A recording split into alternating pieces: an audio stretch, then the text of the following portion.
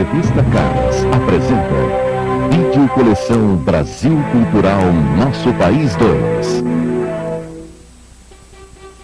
Volume 1, Animais. Volume 2, Plantas. Um oferecimento ABIC. Aroma e sabor você escolhe. Pureza você tem que exigir. Tome um café que acontece. Quando o Brasil foi descoberto em 1500, o escrivão da frota escreveu uma carta ao rei de Portugal, descrevendo as belezas da terra.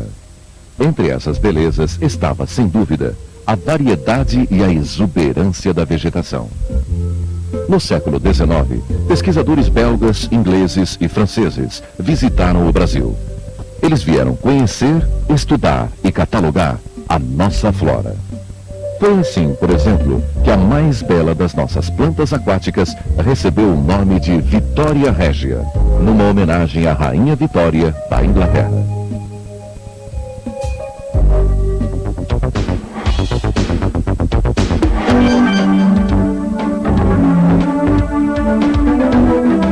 Se a Vitória Régia é famosa no mundo inteiro, a maioria das plantas do Brasil ainda é ilustre e desconhecida, mesmo para os brasileiros. Para conhecê-las, vamos fazer uma visita aos locais onde elas crescem e se reproduzem naturalmente. Os ecossistemas brasileiros. Mata Amazônica, Mata Atlântica, Pinheiral, Manguezal, Cerrado, Caatinga e Pantanal. Mesmo depois de todas as agressões nestes quase 500 anos de civilização brasileira, a Mata Amazônica continua sendo a maior mata tropical do planeta. Ela ocupa hoje 40% do território nacional e se estende por 3,5 milhões de quilômetros quadrados nos estados de Amazonas, Pará, Acre, Rondônia, parte do Maranhão, Tocantins, Mato Grosso, Roraima e Amapá.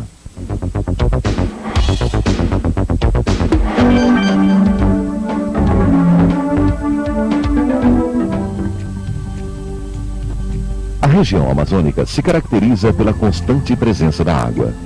O clima do tipo equatorial é quente e úmido, com chuvas diárias e temperaturas elevadas durante todo o ano. A bacia do Amazonas, com seus inúmeros rios, lagos e igarapés, carrega para o oceano 15% de toda a água doce do planeta. E por causa da constante evaporação, até mesmo o ar que se respira contém uma grande quantidade de água.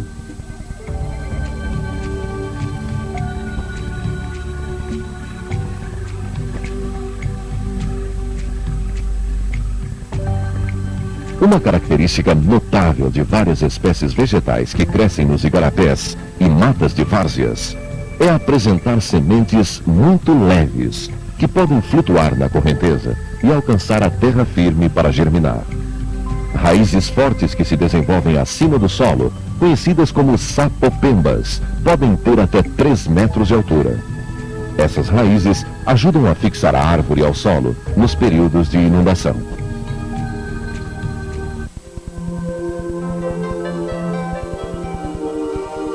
É ainda a água que caracteriza na Mata Amazônica 3 tipos diferentes de vegetação. As matas de igapó ou igarapés, onde as árvores ficam permanentemente cobertas pela água. As matas de várzea, onde a vegetação é periodicamente inundada pelas cheias dos rios. E a mata de terra firme, onde não ocorrem inundações.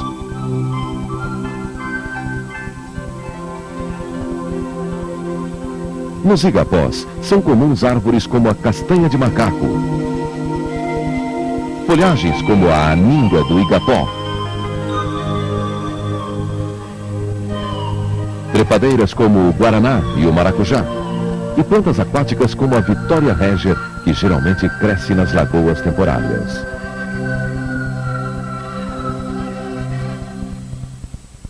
Neste cenário surge a seringueira. Ela pode viver mais de 200 anos e resiste às inundações periódicas que ocorrem nas matas de várzea.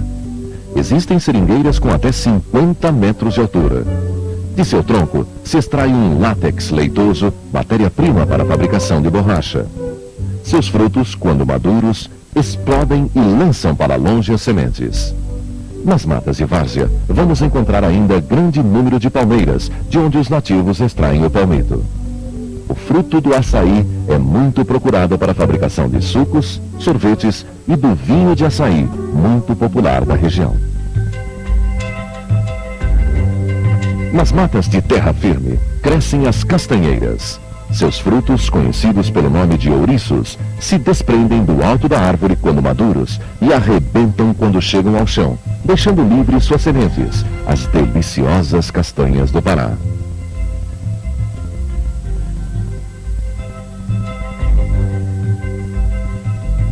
O mata-pau é uma árvore de raízes fortes que cresce ao redor de outras árvores, envolvendo seu tronco e acabando por matá-las com o passar dos anos.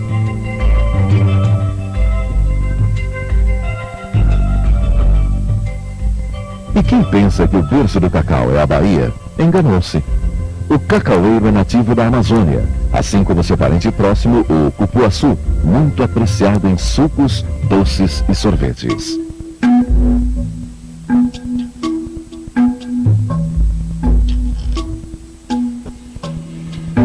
Se a mata amazônica se desenvolve sobre uma imensa planície, a maior parte da Mata Atlântica cresce sobre as montanhas.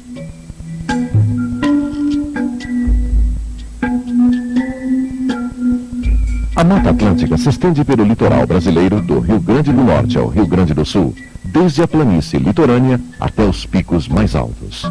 Grande parte dessa mata se encontra agora sob a proteção do governo em parques e reservas florestais.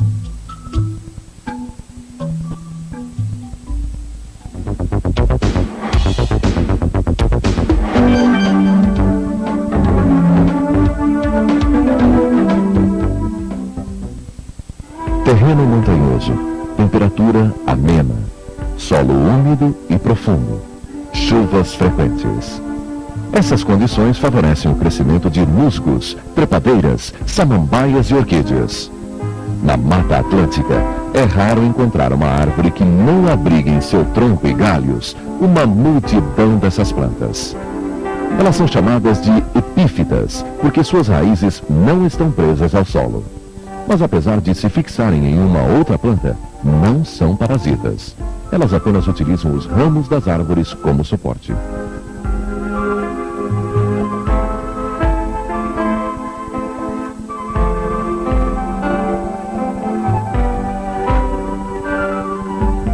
Outra característica da Mata Atlântica é a camada de folhas, galhos, flores e frutos em decomposição que cobre completamente o solo. Os botânicos a chamam de folhedo ou serrapilheira. Ela impede a evaporação e serve de adubo para sementes que caem.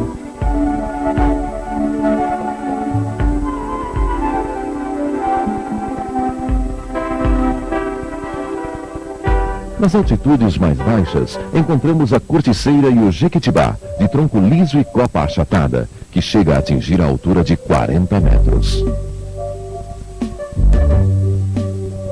No alto das montanhas também são frequentes bromélias, orquídeas e trepadeiras.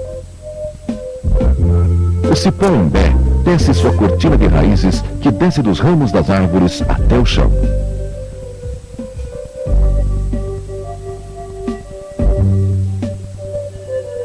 A barba-de-velho e o gravatá, apesar de tão diferentes, pertencem à mesma família botânica.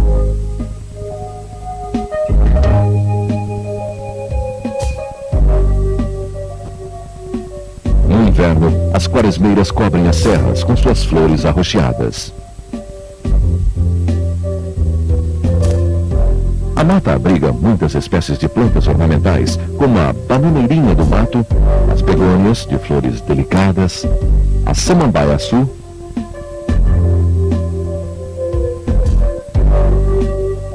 e o nenufá.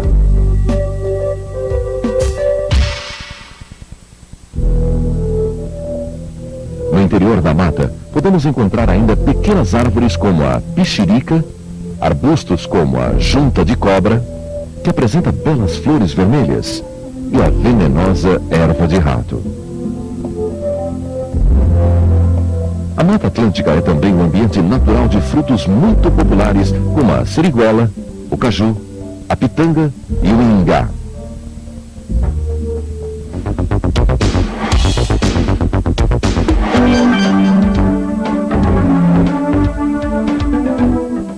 Houve tempo em que as araucárias ocuparam quase 200 mil quilômetros do território brasileiro, do Paraná ao Rio Grande do Sul. São árvores belíssimas, com copa em forma de taça, folhas rígidas em forma de escama de um verde escuro. O pinheiro do Paraná, como é também conhecido, não produz flores. Há árvores masculinas que produzem uma espécie de espiga, de onde se desprende o pólen, e árvores femininas, que geram uma espécie de pinha redonda, onde se encontram as sementes. O vento e os pássaros se incumbem de carregar o pólen da árvore masculina até a feminina e fecundá-la. As sementes de araucária são os pinhões que servem de alimento a muitos animais da mata e ao próprio homem.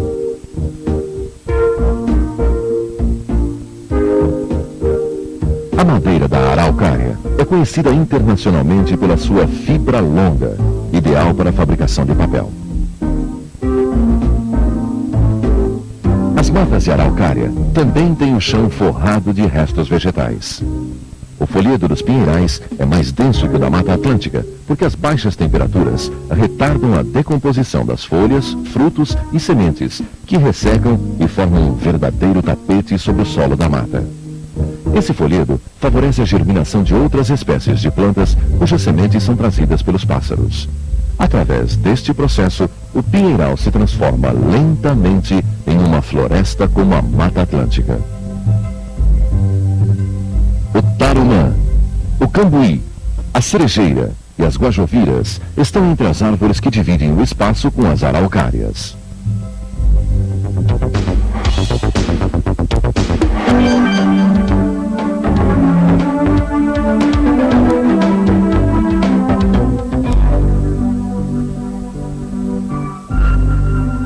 Junto ao litoral, nos locais onde a água salgada do mar se encontra com a água doce dos rios, aparece um ecossistema bastante diferente. É o manguezal.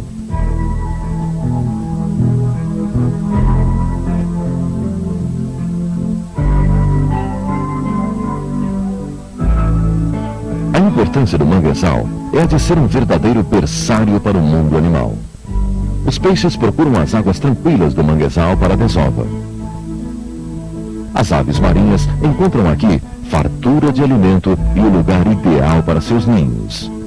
É que as águas dos rios são ricas em nutrientes que alimentam o plâncton, que por sua vez é o alimento de larvas e pequenos peixes. Nas águas tranquilas do manguezal, muitas criaturas do mar criam seus filhotes.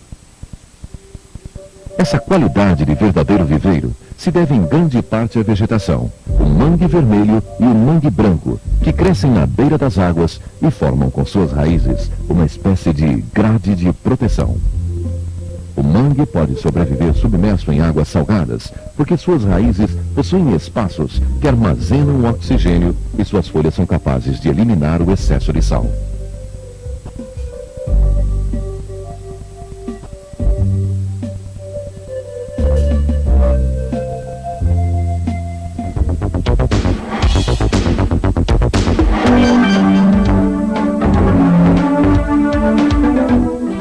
O Cerrado é o ecossistema característico do Brasil Central, Mato Grosso do Sul, Goiás, Tocantins, quase metade do Maranhão, boa parte do Piauí, Bahia e Minas Gerais. É uma paisagem bem diferente das matas. As árvores são baixas, de troncos retorcidos, cascas espessas e fendidas, folhas grossas, às vezes cobertas de pelos, e têm raízes profundas. Todas essas características servem como defesa contra o fogo. É que no Cerrado, o ano se divide numa estação chuvosa e outra seca. Na estação seca, a água se retira para o subsolo e o sol resseca toda a paisagem. Neste ambiente, o fogo espontâneo é muito comum. Quando o cerrado pega fogo, as ervas desaparecem, mas suas raízes continuam vivas e voltam a brotar quando cai a primeira chuva.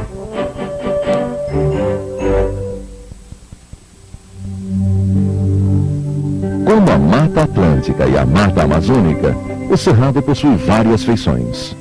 Ele pode ser um campo limpo, onde o solo é coberto de ervas e quase não se vê uma árvore, ou um cerradão, uma verdadeira floresta. Entre as árvores e ervas do Cerrado, há várias espécies com flores vistosas, como a açucena, o paratudo do campo e o murici. Nos cerrados há ipês de flores róseas, amarelas e brancas. Árvores frutíferas como a goiabeira, o pequizeiro e a mangabeira são espécies nativas do Cerrado brasileiro.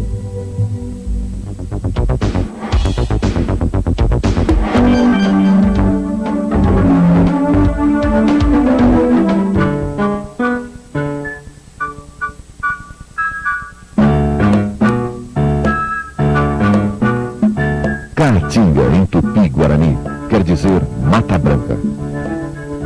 Isso porque na época seca, a caatinga perde todo o seu verde, ficando com um aspecto cinzento, esbranquiçado.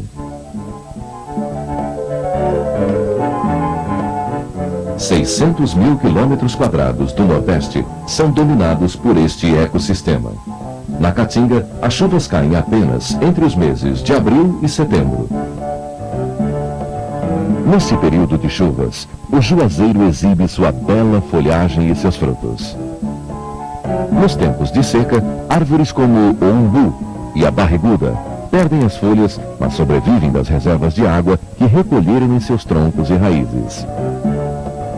Em meio a esta aridez, o babaçu e a carnaúba permanecem verdes o ano inteiro. O babaçu forma os cocais, que surgem junto à caatinga num contraste surpreendente. Na paisagem da Caatinga, cresce uma grande variedade de bromélias e de cactos, como o xique-xique, cabeça de frade e o mandacaru. Ao lado deles, encontramos a canela de ema, com suas flores grandes e altas.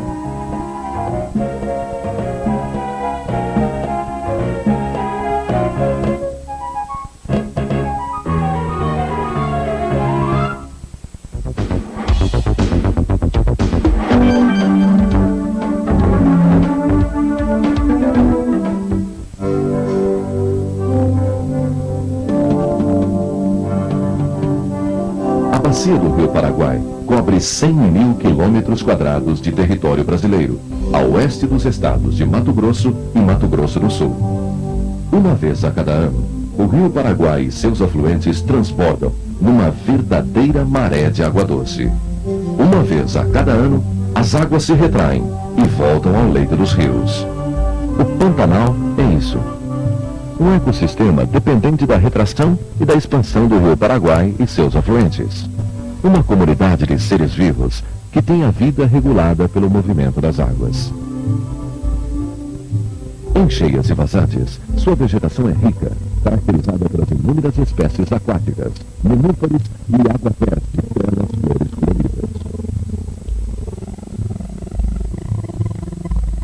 Milhares de pássaros encontram abrigo em árvores como os cambarás e os frondosos ipês. Aqui também se destacam os buritis, palmeiras que crescem em grupos nos terrenos alagados. Do buriti, quase tudo se aproveita, desde a seiva, com que se faz vinho, até a fibra de suas folhas, que servem para fabricar esteiras, redes e cordas.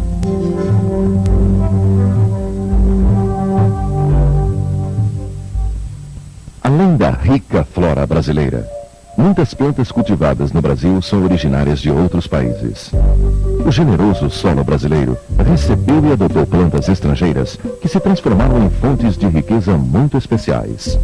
Algumas dessas espécies se adaptaram tão bem às condições climáticas de nosso país e se tornaram tão populares que a maioria dos brasileiros acredita que são plantas nativas. O primeiro exemplo é a cana-de-açúcar, que foi a principal riqueza da economia brasileira durante o século XVII.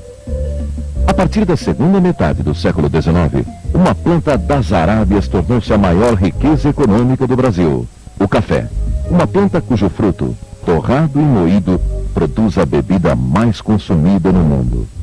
Por adoção, o pé de café tornou-se uma legítima planta brasileira.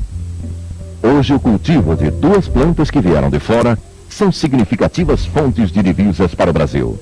A soja, cujas maiores plantações estão em nosso país, e o eucalipto, originário da Austrália, que é a principal matéria-prima da celulose. Hoje, o Brasil está entre os maiores produtores de celulose e papel do mundo. Nosso país possui ainda hoje uma vegetação natural como poucas no mundo. Uma riqueza que nossas populações rurais têm conhecido e utilizado por gerações. Um patrimônio que deve ser conhecido, defendido e conservado por todos os brasileiros.